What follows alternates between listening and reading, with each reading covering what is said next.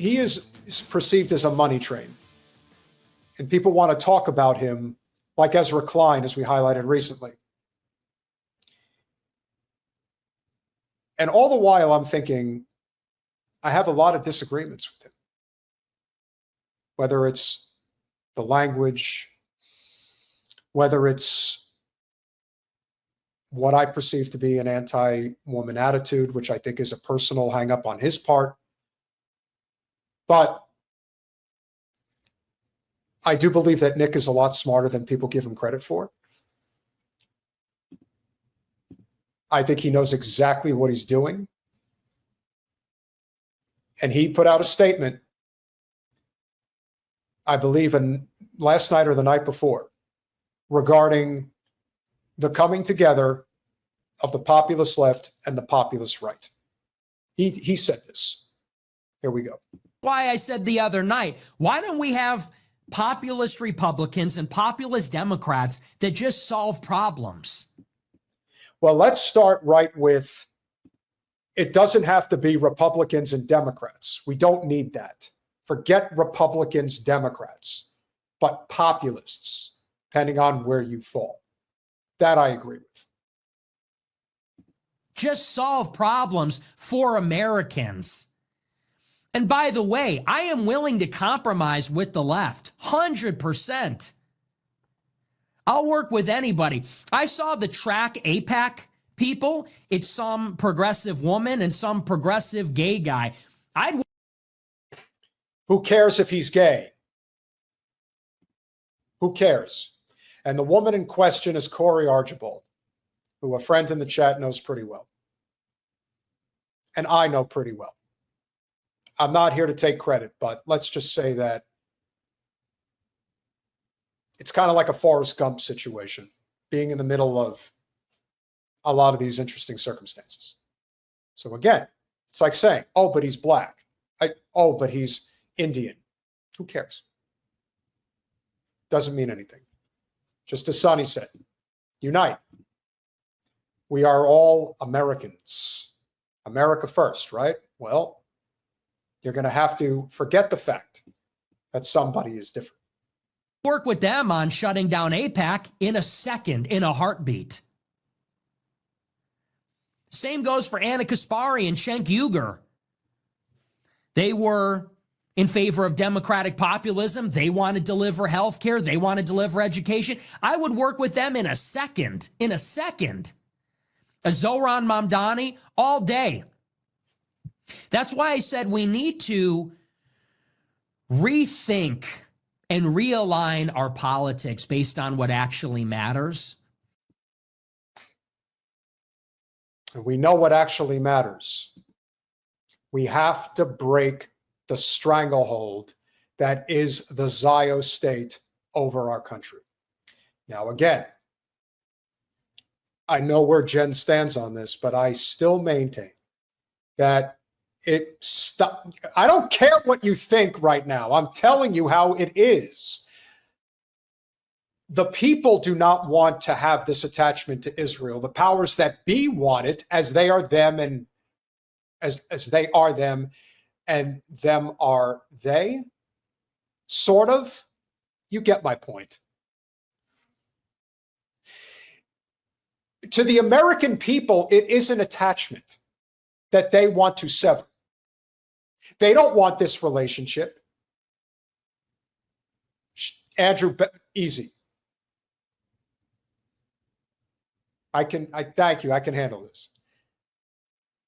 Lee Argent got it right. Langley wants this. That's what they want. It's not about what we, the people, want. We, the people, want to end the state of Israel and make it Palestine again. And what matters to us, we have to drop the wokeness, arguably on both sides. We have to drop the wokeness on the left, which is anti-white and obsessed with immigration, basically throwing the borders open. They have to get rid of the tone policing and language policing. And on the right, we can work together with the left. Maybe we have to let go of some of the cruelty and abuse directed at some of the marginalized communities on their side. It's true. There are marginal people. What else would you call a racial minority other than a marginal person? As I've been saying and will continue to say, he is a lot smarter than people give him credit for. He knows exactly what he's doing to build his empire. That's what he's doing. And he's very good at it. And he is going to build a lot of bridges, my opinion, to figure out how most effectively we build a coalition that will create the momentum necessary to break the Zio state. That's our mission.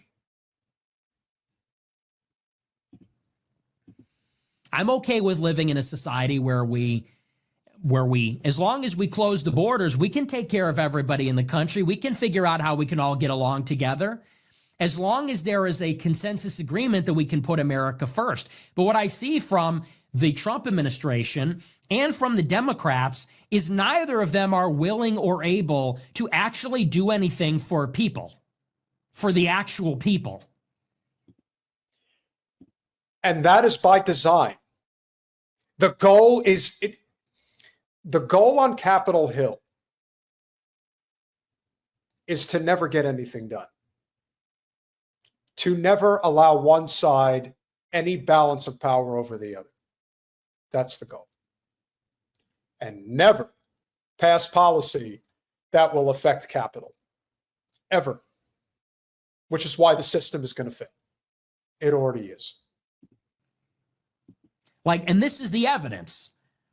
Chuck Schumer opens the government with no Obamacare subsidies after they funded the Trump government earlier in the year without a fight at all.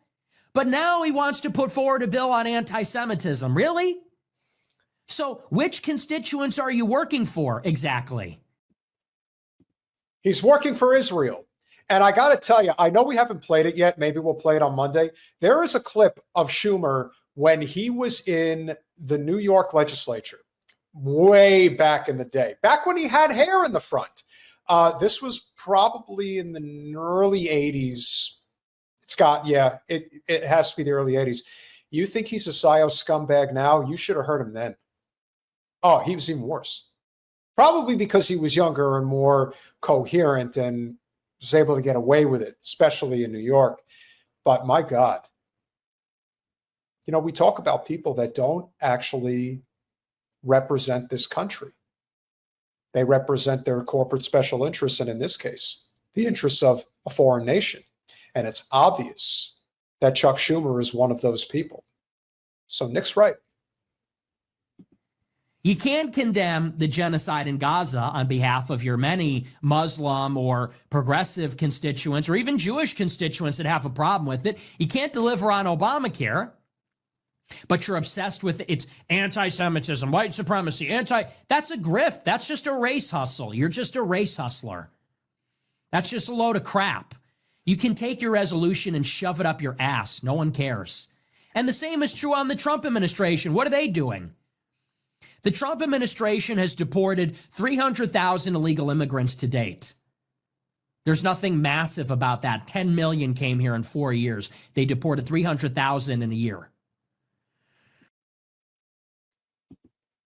Now, I'm going to continue to repeat this point regarding immigration.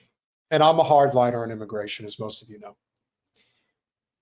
The reason why we have an immigration problem is not because it matters if the Democrats are in office or if the Republicans are in office. It doesn't matter. What matters is the ruling class, of which they are the most anti-American, do not give a shit about anything other than their bottom line.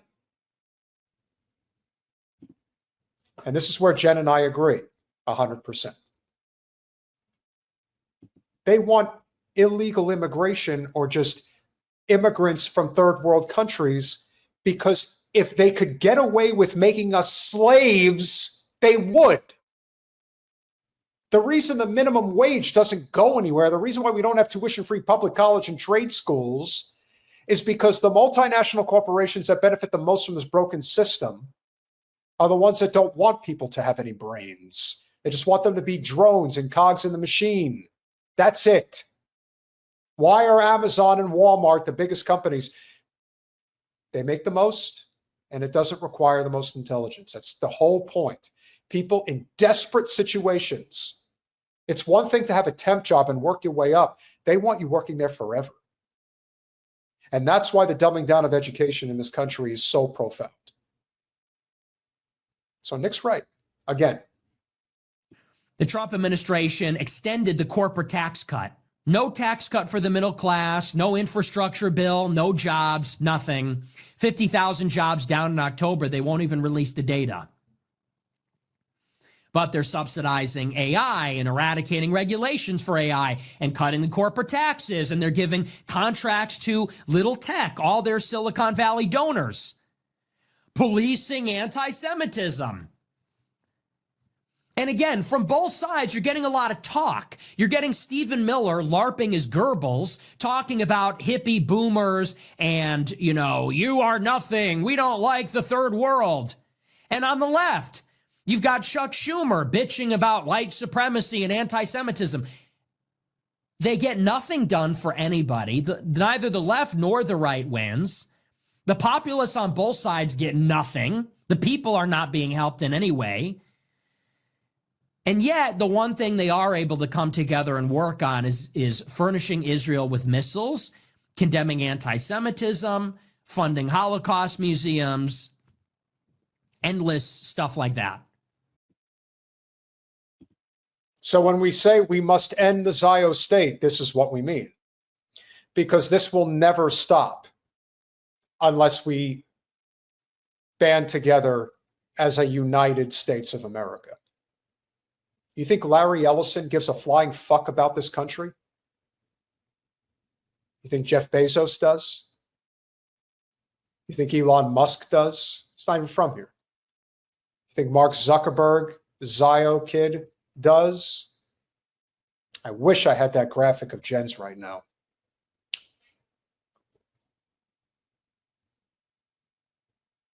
Yeah, we need to be past that.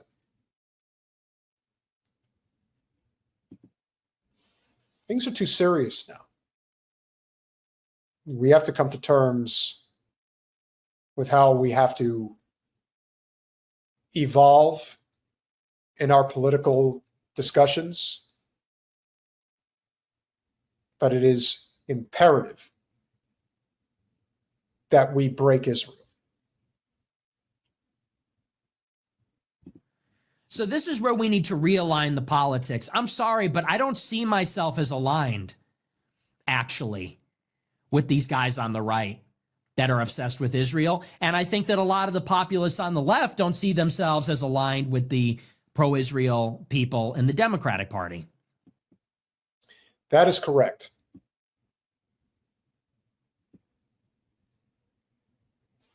So as you can see, guys, these are the four horsemen of the oligarch class. Now, or the four musketeers, however, which way you would want to look at them.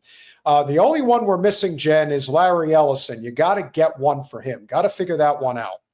But as you can see, these four men, these four emasculated men, they really are cartoon characters. They're the four most recognizable oligarchs, arguably, in the United States. And guess what? For the most part, they support the Democratic Party. But depending on the situation, they'll support the Republican Party too. Just depends on who's doing the bidding. No borders, no ideology, none of it. Doesn't matter. Correct. Well, the only reason why Peter Thiel is not here, even though Peter Thiel would probably make an excellent emasculated oligarch, he's actually not as rich as you think. These men are 100 billionaires plus. They're part of, there's less than 20 men in the world that have over $100 billion to their name. 4 of them are these men here. And they're very evil fucking people. So that's where we are. And while I think that Fuentes obviously is flawed in a number of ways, I think that he is also somebody who, as I've said before, we could probably break bread with. And why? Because he's not a corporate sponsored commentator. There's always the chance that he's going to say what he says and mean it, because he doesn't have a financial incentive not to mean it. And that, more than anything else, is how we come together.